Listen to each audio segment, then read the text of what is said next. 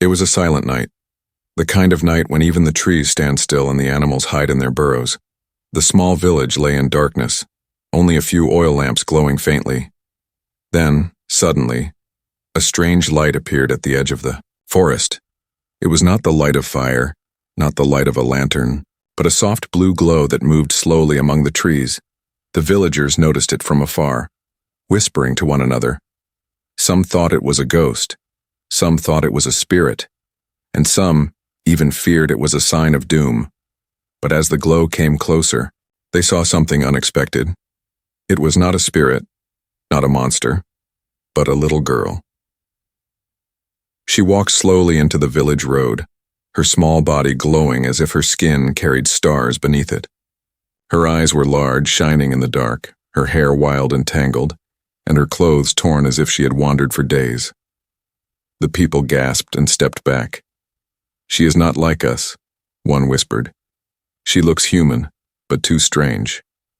Another said, soon the name spread like fire in dry grass, mini-alien girl, they called her, with both fear and disgust. The little girl did not speak.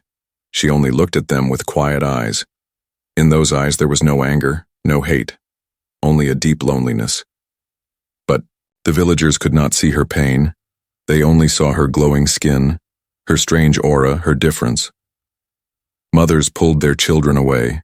Men whispered to each other, and doors began to shut one by one. The girl stopped in the middle of the road, her glow now brighter because of her fear. She tried to take a step forward, but the people shouted at her. "Go back," they cried. "You do not belong here." Someone threw a stone, and though it missed her, she flinched and covered her head. The villagers did not care that she was only a child. They only cared that she was not like them.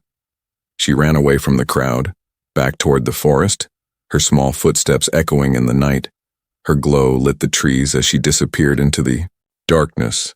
The village returned to silence, but a silence heavy with fear. From that night, every villager knew the story of the mini-alien girl. Some said she was a curse sent from the stars. Some said she was an experiment of strange men from the city. Some even said she was not real, but a dream that would bring disaster. But the girl was real, very real, and as she hid in the forest, her heart beat with sadness. She did not understand why they hated her. She did not know why she was different. She only knew one thing. She was alone. The forest became her home, the trees her walls, the sky her roof. She would drink from streams, eat wild fruits, and sleep in the shadows. Sometimes she would walk near the village again, hiding behind rocks and bushes. She would watch children play, hear mothers sing, see families eat together. Her eyes would shine with longing, but she dared not go close, because she knew, the moment they saw her, they would push her away again. And so, her life became a cycle of silence. Day by day she grew, but her heart grew heavier. Every night she would look at the stars, wondering if they were her true family. "Am I really an alien?" she would whisper to herself. "Or am I just a girl who was never wanted?" Years passed. Yet the villagers still remembered the glowing child. They told their children, "Do not go into the forest or the mini-alien girl will take you." The children would laugh during the day, but at night they shivered when they heard strange lights among the trees. No one dared to discover the truth, no one dared to ask who she really was. But deep in the forest, the girl waited. Her life had been only rejection, only fear, only whispers, in the dark, and yet, somewhere in her small heart, she still held a tiny spark, a hope that one day, someone, somewhere, would look at her not with fear, but with kindness. She did not know when that day would come. She did not know if it would ever come, but she waited because waiting was all she could do. The night air grew colder, the forest darker, and the world heavier. But the story of the mini-alien girl was just beginning, because even though she was shunned, even though she was feared, her destiny was far. The forest became her world, the only place where no one shouted at her, no one threw stones, no one called her names. Among the tall trees, the girl found small corners where she could hide, caves where the sun barely reached, and streams that gave her water. But even in this wild home, she was never truly safe. Her glowing skin betrayed her, lighting the dark whenever she felt strong emotions. Fear made her glow brighter, sadness turned her light soft blue, and anger brought a sharp silver glow. Animals would stop and stare at her as if they too knew she was not normal. Sometimes wolves would follow her from a distance, curious but not daring to attack. Sometimes birds would circle above her, as if she was part of some strange ritual of nature. At night, when the forest was silent, her glow would shine against the trees, making her look like a wandering spirit. To travelers who passed by, she was only a myth, a story whispered by firelight. But to herself, she was only a lonely girl. Forgotten and unwanted, she survived on fruits, roots, and sometimes small fish caught by hand. Her body grew thinner, but her spirit refused to break. Every night, she would climb to the highest rock and look at the village lights in the distance. She would see families gather around warm fires, hear faint echoes of laughter carried by the wind. Her heart would ache, not because she hated them, but because she wished so much to belong. She wished to sit near a fire, to share food, to be called by a name. But instead she was nothing, only mini alien girl. Sometimes she tried to approach slowly, carefully, hiding behind walls and fences. She would watch children run in the fields, hear their small voices, and for a moment feel alive. But the moment one of them noticed her glow, screams filled the air. People would chase her with sticks, calling her a demon. She never fought back. She only ran, her small feet carrying her back to the dark trees. Every time she ran, she lost a piece of her heart. Every time she hid, she became more a shadow and less a child. Yet in her shadowed life, she learned. She learned to move without making sound. She learned which plants healed wounds and which ones poisoned the blood. She learned the language of birds and the signs of the weather.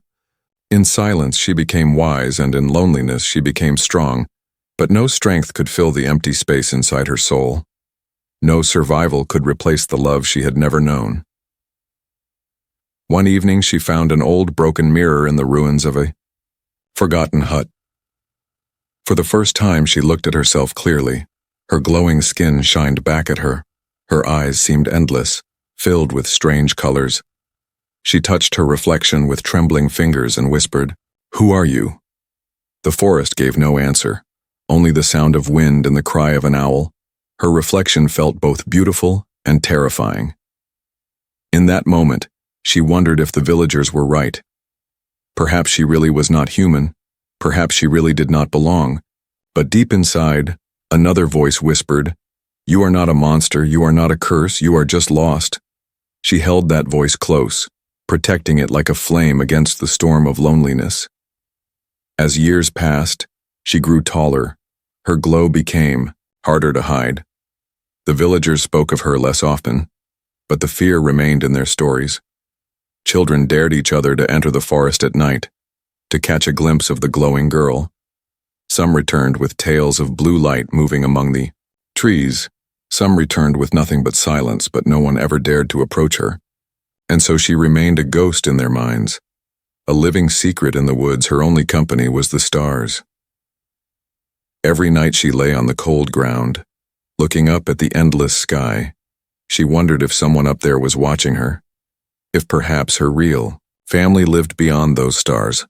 Sometimes she dreamed that a ship would descend, and beings like her would step out with open arms. They would smile, call her by a true name, and take her away. Other times she dreamed of walking into the village, and instead of fear, she would find acceptance.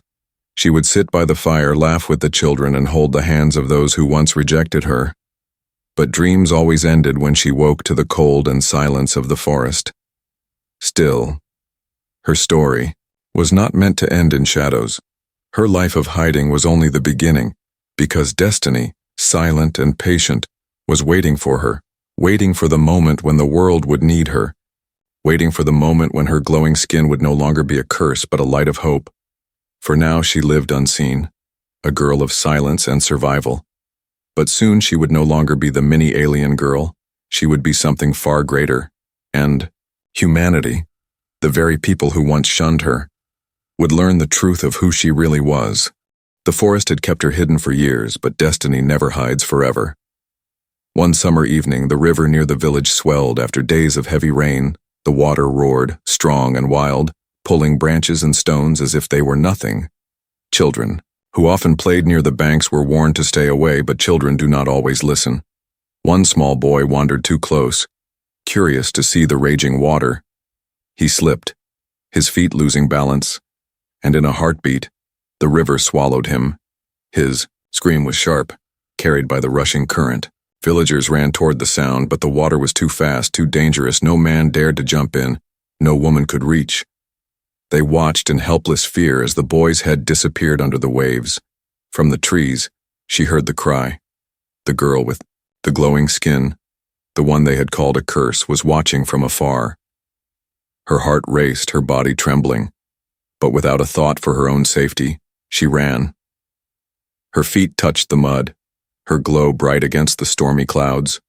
The villagers gasped as they saw her sprint toward the river. "Not her," someone shouted. "She will bring more trouble."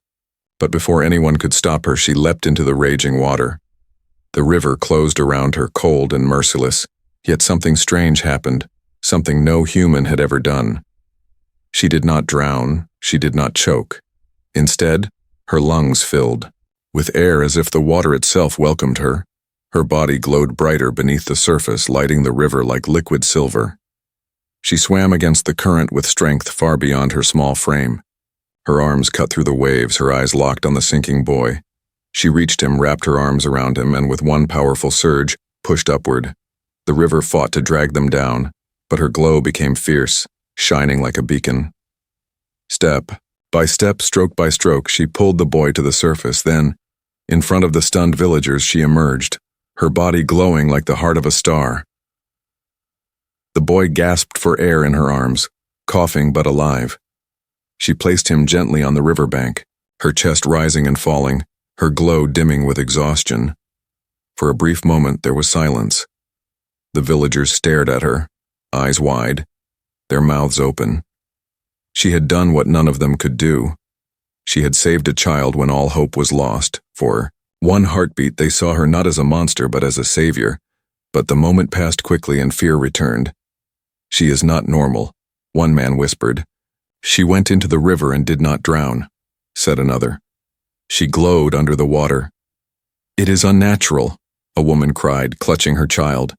Instead of clapping, instead of thanking her, the people stepped back. Some pulled the boy away from her arms as if her touch was poison.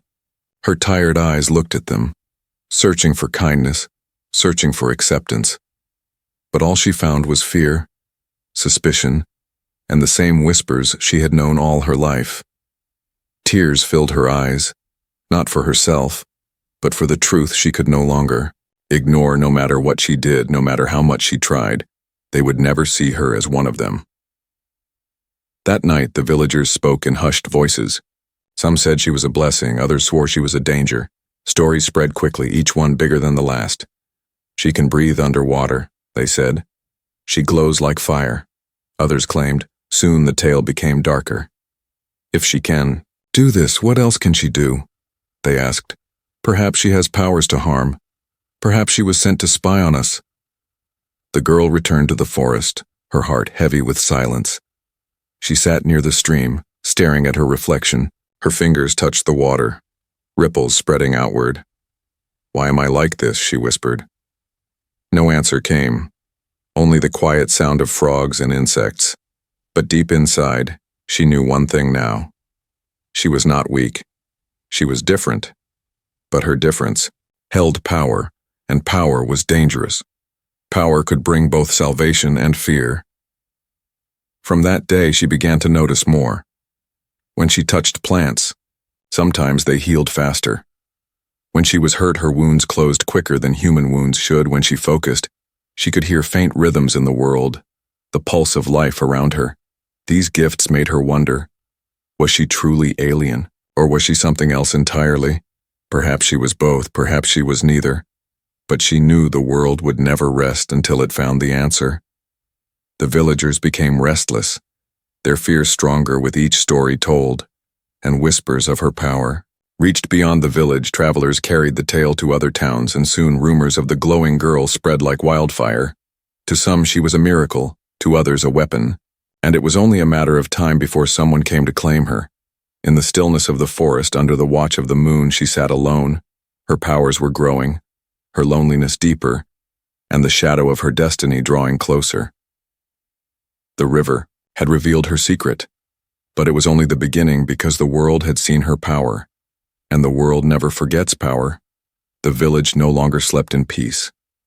Ever since the river incident, whispers had grown louder. The boy lived because of her, yet the people saw only danger in her glow. Fear spread like fire in dry grass, reaching every corner of the land. Travelers carried the story beyond the forest. In nearby towns, merchants spoke of a child who glowed underwater. Priests called her a warning from the heavens, a sign of unnatural forces, and soldiers, listening to every tale, began to wonder if she was a threat. It did not take long for the government to hear the rumors. Officials gathered in shadowy rooms, their voices low but firm. A girl with powers beyond humans must be studied. They said, she could be dangerous or she could be useful. Another added, no one spoke of her as a child, no one spoke of her pain. They only saw a mystery, a possible weapon, a thing to control. One night, heavy boots entered the village. Black. Trucks rolled in, headlights cutting the darkness. Soldiers stepped down, their faces hard, carrying weapons gleaming in the moonlight. The villagers came out of their homes frightened yet eager to tell their stories. She glows like the moon, one man said. She breathes underwater, another added. She is not human, she is an alien, a woman whispered, her voice shaking. The commander listened carefully, his eyes sharp. Where is she now? He asked. The villagers pointed toward the forest, their hands trembling. Somewhere in those woods. But she comes near sometimes, they said. The commander gave a single order, find her. The soldiers entered the forest, their boots crushing leaves, their flashlights slicing through shadows. The girl, hidden high in the branches of an old tree, saw them coming. Her heart pounded, her body glowing faintly with fear.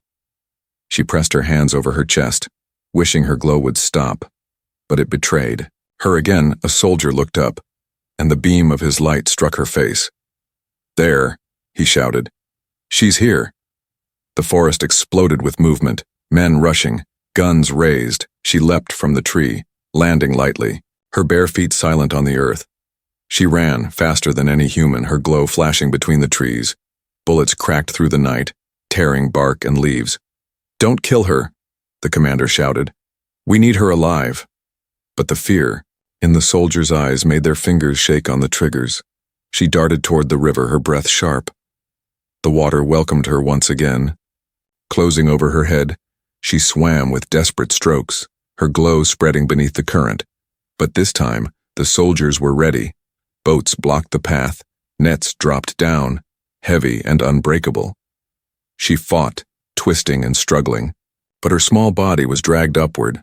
Hands grabbed her, chains locked around her wrists, and for the first time she was caught. The villagers gathered at the edge of the forest, watching as soldiers pulled her from the water. She hung between them, wet and glowing faintly, her eyes wide with terror. The people whispered again, some relieved, some horrified. Maybe now she will be taken far away. One man said, maybe now our village will be safe. Another added, no one reached out to her. No one cried for her. They only watched as the trucks carried her away, swallowed by the night. Her journey did not end in the village. The trucks rolled for hours until they reached a place of steel and shadows, a secret facility hidden from ordinary eyes. Here the walls were cold, the lights harsh, and the air filled with machines. The girl was placed in a glass room, her glowing skin making her look like a firefly trapped in a jar. Scientists pressed their faces to the glass, their eyes wide with fascination. She is incredible, one whispered. Not human at all, another replied, writing notes with quick hands. They tested her with lights, with water, with wires and machines. They took her blood, measured her strength, and stared at her as if she were not a child but a puzzle. When she refused to cooperate, they tightened her chains. When she cried, they wrote down how her glow flickered with emotion. The girl sat silently, her small hands pressed against the glass, her eyes filled with loneliness. She had once dreamed of being accepted, of being loved. Now she saw the truth. Humans did not want her heart. They only wanted her power. But even in the cold cage, even in the heart of fear, she did not break. She remembered the boy she had saved, the laughter she had once heard from afar. Somewhere inside her a voice still whispered, "You are not a curse, you are not their enemy. You are more than what they see." Her powers were not gone, only hidden. Her spirit was not broken, only waiting. And though the soldiers and scientists believed they had captured her, they did not know the truth. They had only awakened something far greater, because fear can chain the body, but it cannot chain destiny, and her destiny was only beginning to rise. The glass walls surrounded her like a prison. Day after day she sat inside the bright cold room. The scientists came in shifts, watching her, measuring her glow, writing endless notes. She was no longer a mystery to the villagers. Now she was an experiment for men in white coats. They gave her food not with kindness but with calculation. They gave her water not to care for her but to see how she drank. Every move she made was written down. Every tear she shed was studied. Her glow, her heartbeat, her breathing. Nothing was private anymore. The girl felt smaller each day, as if the walls were closing in, her hands pressed against the glass, her eyes searching for the sky, but only ceiling light stared back. Sometimes she whispered to herself, "Why am I here? Why am I different?" But no one answered. No one cared. Among the many scientists, there was one man who did not look at her with greed. He was older, with tired eyes and slow steps. While others saw her as a tool, he saw her as a child. He watched quietly as she sat in silence, and his heart grew heavy. At night, when the others left, he stayed behind. He spoke softly through the glass, his voice gentle. "You are not a monster," he told her. "You are not a curse." The girl looked at him, her eyes wide, unused to kindness. For the first time, she felt a flicker of hope. The man's name was Dr. Elias, a scientist who had once believed in healing, not weapons. He began to study her not as a thing, but as a soul. He took her blood not with cruelty, but with care, and what he discovered shook even his old heart. Her DNA was strange, yes, but not fully alien. Half of her blood matched human patterns. The other half carried something unknown. It was not from the stars, not from monsters, but from experiments. Done long ago, Dr. Elias searched through hidden records, dusty files buried deep. What he found was a secret the government had tried to erase. Years ago, in secret labs, scientists had tried to blend human life with elements they barely understood. They called it Project Lumina, an attempt to create beings who could survive where humans could not. Many failed, many were lost, and the project was shut down in silence. But one life remained, one small infant carried away from the ruins of the experiment. That child was her, the mini-alien girl, not a visitor from the stars, but a creation born of human hands. Dr. Elias closed the files, his hands shaking. "She is not a threat from another world," he whispered. "She is one of us, made by us, and abandoned by us." The truth was heavy, but it burned inside him like fire. He looked at the girl, sitting silently with her glow dim. She was not a curse. She was a scar of humanity's own choices. He wanted to tell the others, but he knew the truth was dangerous. If the government accepted her as human, they might still use her not as a child but as a weapon. If they believed she was part alien, they would fear her even more. Either way, she was trapped, so Dr. Elias made a decision. He would protect her, even if it meant turning against his own people. Slowly, he began to teach her, speaking to her when no one watched. He told her stories of the outside world, stories of kindness, stories of love. He showed her books, pictures of the sky, and old songs. The girl listened, her eyes soft, her glow calmer when he was near. For the first time, she felt seen, not as a monster but as a person. One evening she spoke back to him, her voice weak but clear. "Why do they hate me?" she asked. Dr. Elias pressed his hand against the glass, his voice breaking. "They do not understand you. Child, and humans often fear what they do not understand. But you are not evil, you are not wrong, you are a gift they were too blind to see. The girl pressed her small hand against his, glass separating them but hearts connecting. For the first time in her life she smiled, faint and fragile. It was the beginning of trust, the first seed of hope. But outside their small bond, the storm grew. The military wanted results. They demanded answers. They wanted to know the limits of her powers, how strong she could become. They wanted to see if she could be trained as a weapon, a soldier not of flesh but of light. Dr. Elias fought against them, arguing that she was still a child. He shouted in meetings, begged them to see reason, but they did not listen. In their eyes, she was too valuable to waste, too powerful to let go, and so the truth he had discovered became a secret he carried alone. He would not let them know she was partly human. He would not let them twist her existence into another cruel project. But secrets are heavy, and danger waits for all who try to guard them. The girl sat in her glass room, her glow faint but steady. She did not know the full truth yet. She did not know she was both human and experiment, but she felt the change inside her. Something was waking, something stronger than fear, and soon, the world would no longer be able to hide from what she truly was. The world outside the glass walls was changing. Dark clouds gathered not only in the sky but in the hearts of men. Strange objects began to fall from beyond the stars, burning through the atmosphere like fire.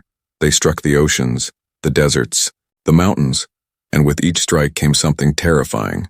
Creatures unlike anything humans had seen began to crawl out of the craters. They were not beasts of nature nor machines of men. Their skin shimmered like metal, their bodies twisted like shadows, their voices sharp as screams. They destroyed farms, swallowed cities, and tore through soldiers with ease. The earth shook and fear spread faster than fire. Governments panicked, leaders held endless meetings. Every nation prepared weapons, bombs, missiles, anything that could fight the invaders, but nothing worked. The creatures healed. They multiplied. They adapted. Every human victory lasted only minutes before turning into crushing defeat. Inside the secret facility, alarms screamed, red lights flashed across the halls. The soldiers shouted orders, the scientists trembled. For the first time, the humans who had captured the glowing girl felt helpless, and all eyes turned to her. The child they had feared, the child they had caged. She survived the river, one officer said. She glows like the sky, another whispered. She may be the answer, declared the commander. The words echoed in the cold room, and the girl, sitting silently, lifted her head. She saw their eyes filled not with kindness, but with desperation. They did not love her, they did not care for her, they only wanted to use her. Dr. Elias stood firm, his voice shaking but strong. She is still a child, he said. She is not your weapon. But the commander slammed his fist on the table. She may be the only thing standing between us and extinction. The debate grew fierce, yet in the end, fear decided. They opened her cage, unchained her hands, but surrounded her with soldiers. You will fight for humanity, they told her. But the girl's heart trembled. Why should she fight for the same people who had hated her? Why should she save those who called her a monster, a curse, a mistake? She remembered the villagers throwing stones, the soldiers chaining her, the scientists watching her like prey. Her glow flickered weakly, caught between anger and sorrow. For the first time, she spoke to them clearly, her voice soft but steady. Why should I save you? The room froze. No one had an answer. Some lowered their eyes in shame. Others clenched their fists in frustration. Only Dr. Elias stepped forward, his voice gentle yet urgent. Because you are more than their fear, he said. Because you are not defined by their hate, but by the kindness in your own heart. Do not fight for them, he whispered. Fight for yourself, fight for the world you deserve. The girl looked into his tired eyes, and in that moment, she felt the weight of her choice. She could walk away, let the world fall, and no one could blame her. But deep inside, she remembered the boy she had saved from the river. She remembered his small hands clutching hers, his breath returning because of her light. For that single life, she had made a difference. And now, there were millions of lives waiting in the dark. If she turned away, the world would be swallowed. If she stood, maybe, just maybe, there was hope. Her glow brightened, filling the room with silver light. The soldiers shielded their eyes. The scientists gasped. She rose to her feet, taller, stronger, no longer a trembling child. "I will fight," she said. "But not for you, not for your power, not for your fear. I will fight for the children, for the voices that have not yet learned hate. I will fight for the earth, for the sky, for the streams that gave me life. And I will fight, because it is what I choose, not what you command." Dr. Elias smiled through his tears. The commander remained silent. The girl stepped forward, her glow pulsing like the heartbeat of a star. They led her to the surface where the sky burned with falling fire. The city was chaos, screams echoing, buildings collapsing, the creatures spreading like a flood. Soldiers fired their weapons, but the enemy only grew stronger. The people ran, their faces pale with terror, and then she appeared, a glowing figure walking into the storm. The crowd stopped, eyes wide, mouths open. Some whispered her old name, Mini-Alien Girl, with fear. Others whispered, Savior, with desperate hope. Her glow spread, brighter and brighter, pushing back the darkness. For the first time, the world looked at her not as a curse, but as a chance. But deep inside she knew the test was not only about fighting the creatures, it was about proving who she truly was. Was she a monster shaped by fear? Or was she the light that could guide humanity? The choice was hers, and the battle was only beginning. The night sky burned as fire rained from the heavens. Creatures poured from the craters, their twisted bodies crawling across the ruined city. Their voices were shrieks, sharp and endless, echoing like nightmares made real. Soldiers fought but fell. Walls cracked and crumbled, and humanity stood on the edge of despair. And then, through the smoke, she stepped forward. The girl once shunned as the Mini-Alien Girl, her body glowing like a star born on Earth. The people gasped, some backing, away in fear, some reaching out with trembling hope. She did not speak. She only walked, her glow growing brighter with each step. The creatures turned their many eyes toward her, sensing her power. They rushed, their claws tearing the ground, their voices a storm of rage. The soldiers prepared to fire, but the commander raised his hand.